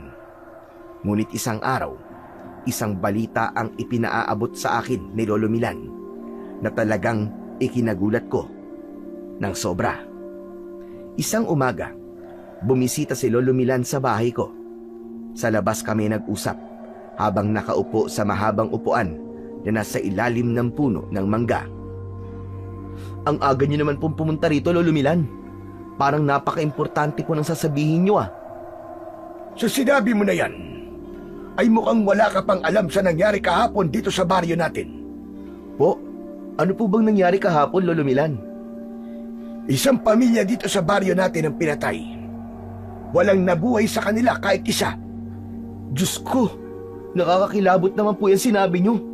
Sino pong pumatay sa kanila? At bakit po sila pinatay? Hindi kung sino. Sa tingin ko ay abwak ang pumatay sa pamilyang Yongcardo. Kung makikita mo lang ang bangkay nila, ay iisipin mo kagad na abwak ang may kagagawan nun. Karumal-dumal ang paraan ng pagpatay sa kanila. Nakakapanlumo dahil dalawa sa kanila ay mga bata pa. Ang ibig niyo po bang sabihin, may abwak pa sa gubat at ngayon ay umaatake na sila sa baryo natin? Yan ang hinala ko. Sa tingin ko ay gumaganti sila sa atin dahil sa pagpatay mo sa isa nilang kasamahan. At bakit naman nila gagawin yun? Sila ang unang gumawa ng hindi maganda sa akin. Pinatay nila si tatay kaya gumanti lang naman ako. Pero ang mga abwak ay hindi gaya nating mga tao kapag nag-isip. Wala silang pakialam sa paghihiganti mo, Cardo. Basta't ang alam lang nila ay isa sa mga kasamahan nila ang pinatay mo. Kaya maaaring nagsisimula na sila sa paghihiganti sa baryo natin. Kung ganun, ako pala ang lumalabas na may kasalanan kung bakit namatay ang pamilyang yon at may posibilidad na umatake ulit ang mga abwak. Wala kang kasalanan, Cardo. Alam kong pinatay mo ang abwak na yon para mabigyan ng katarungan ang pagpatay sa tatay mo. Ang gusto kong sabihin sa'yo ay ito na ang resulta ng ginawa mo. At dahil ikaw ang kilala ko na may kakaibang kakayahan para labanan ng mga abwak, ay gusto ko sanang labanan mo ang mga abwak, Cardo, para sa kaligtasan nating lahat, sa kaligtasan ng baryo. Tapusin mo sana ang laban na ikaw ang nagsimula. Pero baka katakutan ako ng mga tao kapag nalaman nilang may kamandagdang ahas ang laway ko, Lolo Milan. Baka isipin nila na galing sa demonyo ang kakayahan kong ito. Hindi naman siguro mangyayari yan, lalo na kung ipapakita mo sa lahat na ginagamit mo ang kakayahan na yan para protektahan sila. Sige po, huwag po kayo mag-alala dahil gagawin ko po ang lahat para labanan ng mga abwak. Ako po ang dahilan kung bakit sila umaatake dito sa baryo natin. At ako rin po ang dapat na gumawa ng solusyon sa problemang ginawa ko. Maraming salamat, Cardo. Gagawin ko rin ang lahat ng makakaya ko para tulungan ka sa laban mo. Nang sandaling yon, ay aminado ko na may takot akong naramdaman. Hindi ko kasi alam kung kaya ko bang labanan ang napakaraming abwak. Ngunit ganun pa man, alam kong isa ako sa may kakayahan na harapin ng mga abwak na maaaring magdala ng mas maraming kamatayan sa aming baryo. Inisip ko na lang na nagawa ko ng makapatay ng isang abwak at kayang-kaya ko ulit na gawin yon. Nagkasundo kami ni Lolo Milan na magbantay sa aming baryo tuwing gabi upang masiguro namin na kung sakaling may abwak na sasalakay ay agad naming mapipigilan. Kahit nakakapuyat ang ganung gawain, ay tiniis ko na lang dahil alam ko na kailangan kong masiguro ang kaligtasan ng bawat isa. Aminado rin ako na ako ang may kasalanan ng pagsalakay ng abwak sa aming baryo. Isang gabi, habang naglalakad kami ni Lolo Milan, ay sandali kaming nagpahinga sa ilalim ng isang puno na nasa tabi ng daan. Lolo, sa tingin niyo po ba meron pa pong abwak na atake? Hindi po kaya sapat na para sa mga abwak ang pagpatay nila dun sa isang pamilya bilang ganti sa pagpatay ko sa isa nilang kasamahan? At bakit mo naman nasabi, Anaber? 3 gabi na po tayong nagro-ronda, pero kahit anino po ng abwak, wala naman po tayong nakikita. Hindi po kaya nagsasayang na lang po tayo ng oras at pagod dito? Sa totoo lang, apektado na po kasi ang panguhuli ko ng ahas Naaabala na po ang kabuhayan ko. Mas iisipin mo pa ang kabuhayan mo kaysa sa buhay ng mga tao. Hindi sa kinukonsensya kita, ha? Pero alam mong ikaw ang dahilan kung bakit natin to ginagawa. Magpasalamat ka na lang at sinasamahan pa kita kahit pwede namang ikaw na lang ang mag-isang gumawa nito.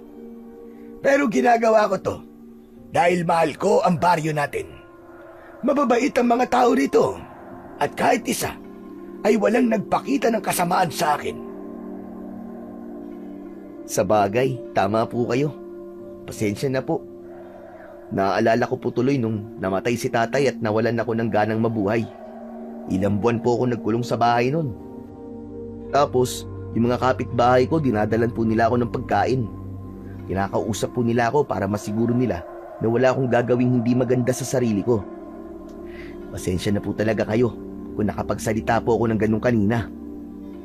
Naiintindihan naman kita, Cardo.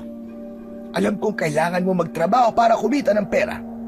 Pero makakabalik ka rin naman sa dati mong buhay. Sa sandaling masiguro nating ligtas na ang ating baryo mula sa mga pesteng abwak. Sa totoo lang, nakukonsensya po ako sa ginawa kong pag-iiganti. Hindi ko po akalain na ang kagustuhan kong bigyan ng katarungan ng kamatayan ni tatay ay buhay naman ng isang pamilya magiging kapalit. Kaya nga kailangan mong pigilan na wag nang madagdagan ng bilang ng biktima ng mga abwak. Gawin mo ang lahat para bumalik ang kapayapaan sa ating baryo. Marahan akong tumungo sa sinabing yun ni Lolo Milan.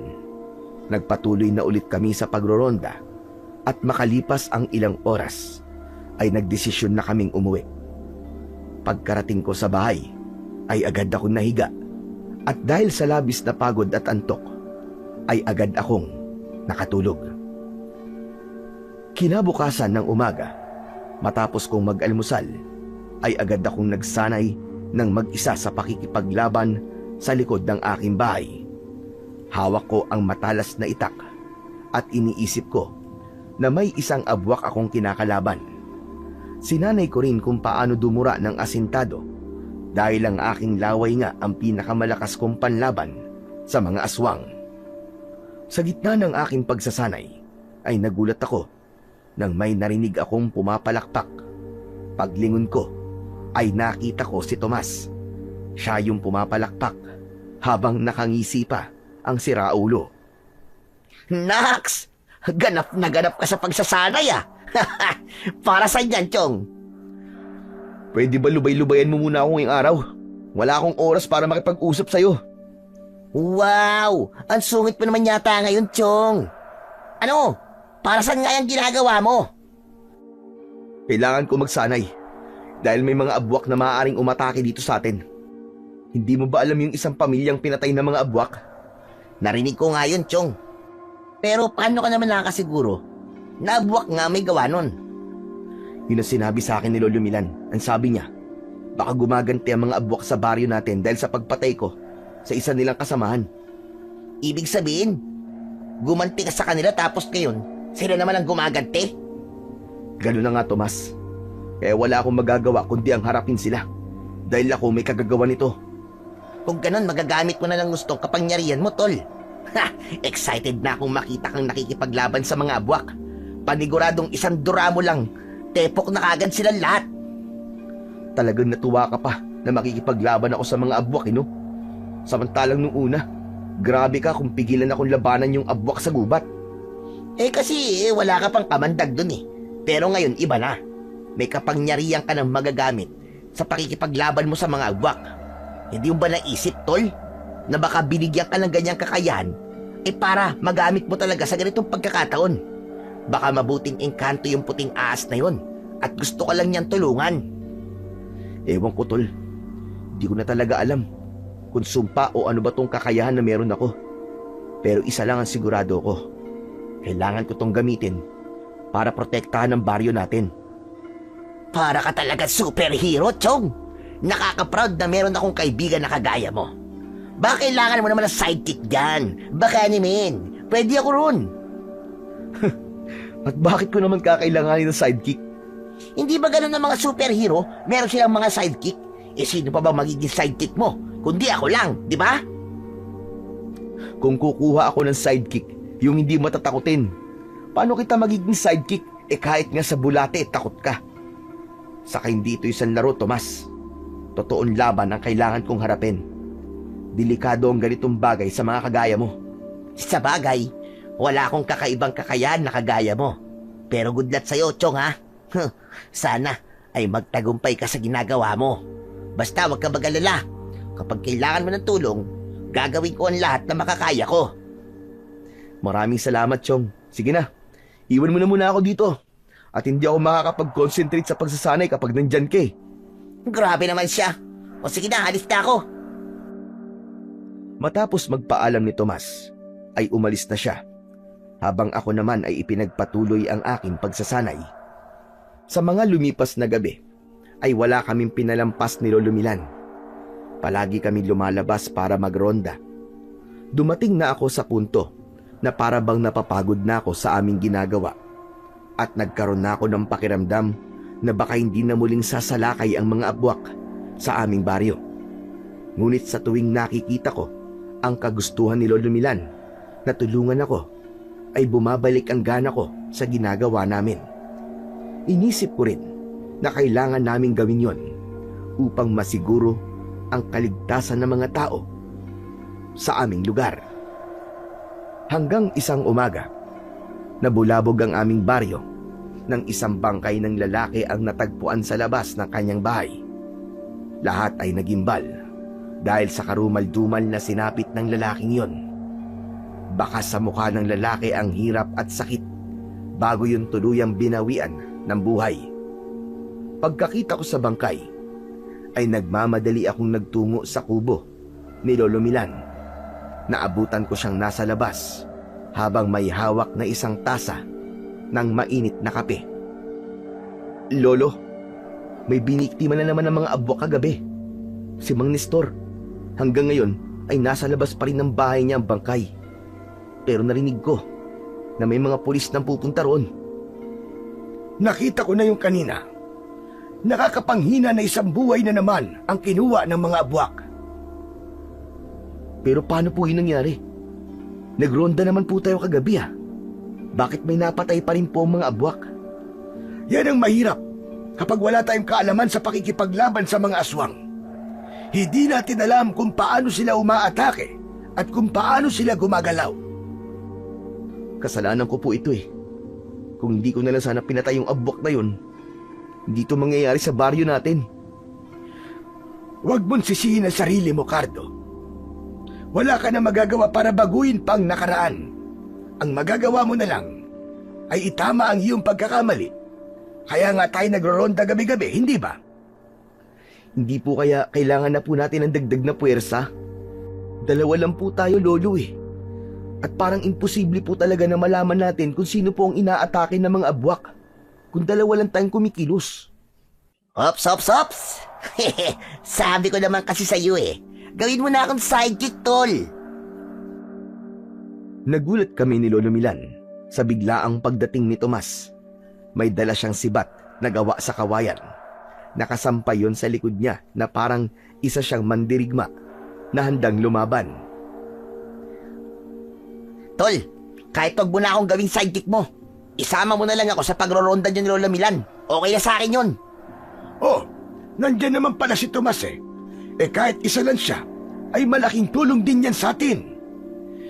Pero, Tomas, matatakot din ka di ba? Saka baka mamaya kung ano pang mangyari sa'yo eh. Dagdag lang yan sa konsensya dadaling ko. Ano ka ba naman, Cardo? Kaya ko lang sarili ko ngayon.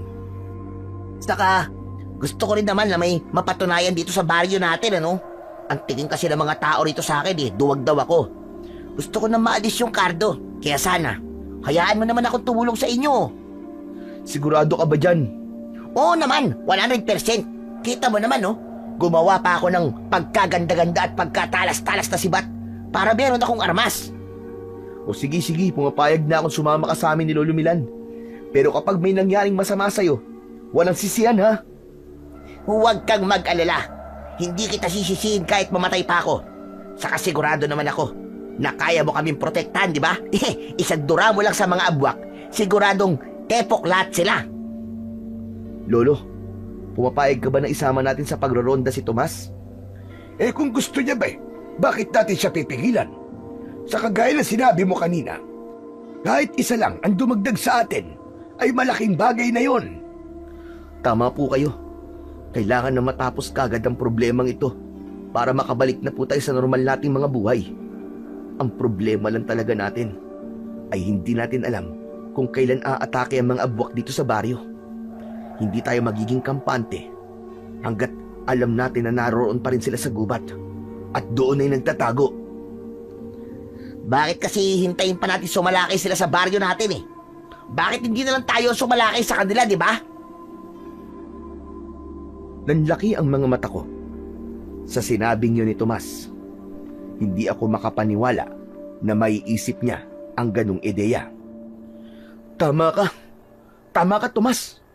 Siguro panahon na para tayo na ang sumalakay sa mga abwak. Dahil kung hihintayin pa natin sila sumalakay sa atin, ay may posibilidad na may mga buhay pa na mawawala. O di ba? Sabi ko naman sa'yo, kailangan talaga ako sa grupo Makakatulong din ako sa inyo.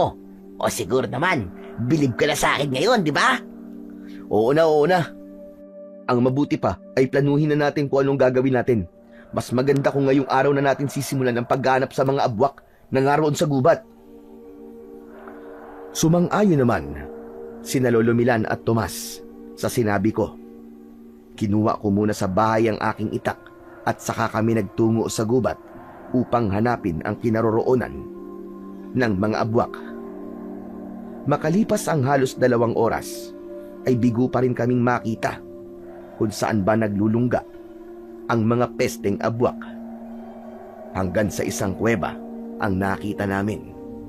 Pero nang pumasok kami roon, ay wala roon ang aming hinahanap na mga halimaw. Hanggang sa isang malawak na lupa sa gitna ng gubat ang aming nakita. Agad naming napansin ang mga natuyong dugo roon at ang masangsang na amoy na animo ay mga bulok na karne. Nagimbal din kami dahil meron doong mga buto ng tao. Sa tingin ko, ay nasa lungga na tayo ng mga abwak. Hindi ako maaaring magkamali. Nandito na tayo sa lugar nila. Teka, Lolo Milan. Sigurado po ba kayo? Bakit wala po akong nakikitang kahit isang bakas man lang ng abwak? Hindi ba nasabi ko sa inyo noon na may kakayahang magtago ang mga abwak sa ilalim ng lupa? Ginagawa nila yon para hindi kagad sila makita ng kanilang mga biktima. Kaya malamang ay sa mga oras na ito ay nagtatago lang sila sa lupang kinatatayuan natin. Kaya mag-iingat kayo. Pero Lolo Milan, hindi po ba pwedeng hukayin na natin sila sa lupa? Wala tayong kagamitan sa paghuhukay. Isa pa, mapapagod lamang tayo kapag ginawa natin yon at mauubos ang ating lakas panigurado. Ang naiisip kong paraan ay hintayin nating dumilim at sigurado ko sa oras na yon ay kusa na silang lalabas sa kanilang pinagtataguan at doon naman tayo kikilos. Sinunod namin ang sinabi ni Lolo Milan. Nagtago muna kami at matyaga kaming naghintay. Pagsapit ng hapon ay sandaling umalis si Tomas at nang bumalik siya ay may daladala na siyang mangga at kaimito. Aniya ay alam niyang gutom na kami kaya naghanap muna siya ng makakain. Hanggang sa tuluyan ng kumagat ang kadiliman. Nagpasalamat ako dahil bilog ang buwan, kaya kahit papano ay naaaninag pa rin namin ang buong paligid. Nang sandaling yon ay hindi ko na inalis ang tingin ko sa malawak na bakanting lupa na nasa gitna ng gubat. Hindi nagtagal ay nagsimula ng gumalaw ang ibabaw ng lupa na para bang humihingayon. Ayan na! Humanda kayo! Lalabas na ang mga abwak anuman sandali! Maya-maya nga ay isa-isa nang lumabas ang mga halimaw na abwak mula sa ilalim ng lupa. Umangil sila ng sabay-sabay na nagdulot ng pagtaas ng aking balahibo. Amoy na amoy din ang mabahong singaw ng hangin mula sa kanilang katawan at bibig. Diyos ko po, anak ng tetengay, ang dami nila. Sigurado ba kayo na kaya natin sila? Mga kampuni sa talas lahat ng mga yan, tignan mo ang itsura, oh. Yan ang sinasabi ko sa'yo eh. Huwag kang duwag. Kailangan natin silang kayanin. Nandito na tayo, kaya hindi na tayo maaaring umatras. Pero may naiisip ako. Akin ang sibat mo, Tomas. Lolo Milan, akin na rin po ang itak ninyo. Bakit? Anong gagawin mo? Basta, magtiwala lang po kayo sa akin. Nang iabot sa akin ni na Lolo Milan at Tomas ang kanilang mga armas, ay nilagyan ko kagad ng laway ang dulo ng sibat ni Tomas. Pinahiran ko naman ang buong itak ni Lolo Milan ng laway ko at saka ko yun ibinalik kagad sa kanila. Yak, pambihira, kakadiri ka talaga, tol. Bakit mo naman nilagyan ng laway mo ang armas namin ni Lolo? Huwag ka na nga magreklamo. Ginawa ko yun para mas maging epektibo ang armas nyo laban sa mga abwak. Ibig sabihin, basta masugatan nyo lang sila, ay malaki ang posibilidad na mamamatay na agad sila dahil sa kamandag ng laway ko.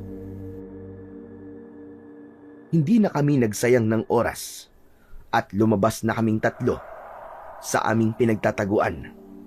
Nagulat pa nga ang mga abwak nang makita nila kami doon. Ako ang unang umatake. Tinaga ko sa balikat ang isang abwak. Dinuraan ko ang aking palad at inihilamos ko yun sa muka ng abwak. Nangisay ang abwak at bumula ang bibig niya hanggang sa bumagsak siya sa lupa. Doon na magkakasabay na umatake ang mga abwak sa amin. Ako ang nasa unahan, kaya ako ang unang sinugod ng aming mga kalaban. Bawat abwak na magtatangkang lumapit sa akin ay dinuduraan ko at sinisiguro ko na tatama ang laway ko sa bibig nila. Dahil sa nagsanay ako sa pag-asinta, ay walang sumablay sa bawat laway na aking pinapakawalan. Kapag may nakakalapit sa akin, ay dinuduraan ko ang aking palad at saka ko ihihilamos yun sa kanilang muka. May mga pagkakataon din na ginagamit ko ang aking itak upang umatake at dumepensa. Sa loob lang ng ilang minuto ay nagawa ko ng patayin ang lahat ng mga abwak na nakikita ko. Nakabulagta ang walang buhay ng mga abwak at lahat ay namatay nang dahil sa aking makamandag na laway. Hindi mo na pala kami kailangan dito eh. Tignan mo naman, oh. Pinatay mo na lahat ng abwak nang ikaw lang. Hindi ka man lang nagtira sa amin. Hindi mo kami binigyan ni Lolo Mila ng pagkakataon na gamitin ang mga armas namin, tol. Pasensya na kayo. Masyado kasi ako nadala sa pangyayari. Hayaan mo na, Tomas. Ang importante naman ay napatay na ni Cardo ang lahat ng agwak sa gubat na ito. Ligtas na ang ating baryo. Isa pa, dahil sa ipinakita mo, Cardo, napatunayan natin na napakalakas pala talaga ng kamandag na meron ka. Kahit nga po ko, Lolo Milan, ay hindi rin po makapaniwala na ganun ko sila kabilis lang mauubos. Akala ko po talaga ay magiging madugo ang laban na to at talagang mahihirapan tayo. Pero tapos na. Magpasalamat na lang tayo at hindi na kailangan dumanak ng dugo ngayong gabi.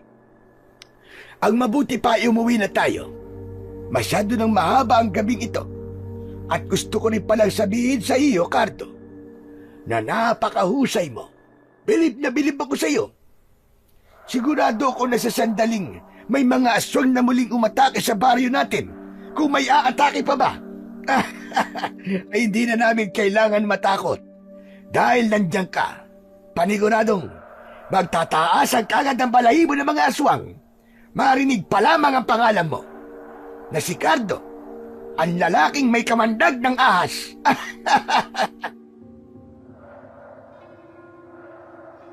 Nang dahil sa sinabing yon, ni Lolo Milan ay isang bagay ang aking napagtanto. Nalaman ko ang dahilan kung bakit ako biniyayaan ng ganong kakayahan ng mahiwagang puting ahas. At yun ay upang protektahan ang aming baryo sa maaaring paparating na dilubyo at gulo gawa ng mga kampon ng kadiliman. Hindi ko na rin nalaman pa kung ano o sino ang puting ahas na nagbigay sa akin ng kamandag. Pero nang dahil sa mga nangyari, natutunan ko na walang magandang naidudulot ang paghihiganti. Madalas ay magdudulot lamang ito ng mas malaking problema. Mas maganda pa rin na ipagpasa Diyos na lang natin ang lahat ng hindi magagandang bagay na nangyayari sa ating buhay. At simula noon, nangako ako sa akin sarili na gagawin ko talaga ang lahat upang panatilihin ang kapayapaan at katahimikan sa aming lugar. At gagamitin ko ang aking kakaibang kakayahan sa kabutihan at pagtatanggol sa lubos na nangangailangan.